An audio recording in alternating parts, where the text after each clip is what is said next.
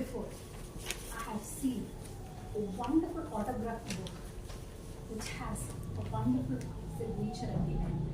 But when I moved on to the first page, it had a question.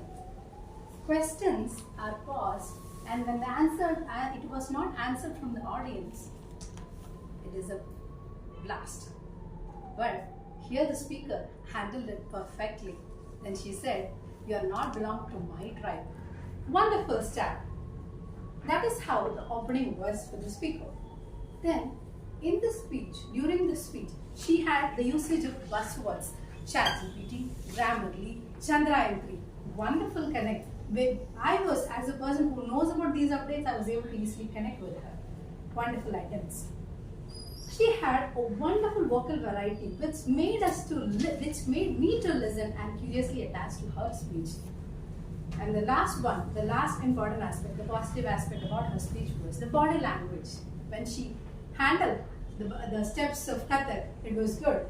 She handled it really well. She used the whole stage with her body languages as well.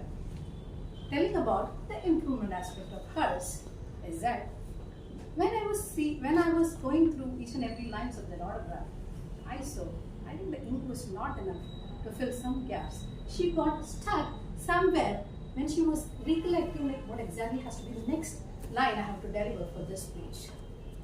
That is where I felt enough practice, maybe to attach some kind of emotional connect would have been done better, so that it is easy for her to go with that lines in a smooth way. When she was mentioning about Kodambakam and Koripalayam and something and all, she had an emotional connect, so the flow wasn't stuck anywhere.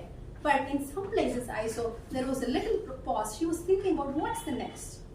So that comes out of practice.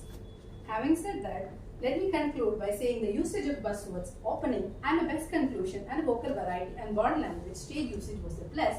Having a best practice involved into best practice, if you are able to include in that, it would have been a much better speech. Over to you.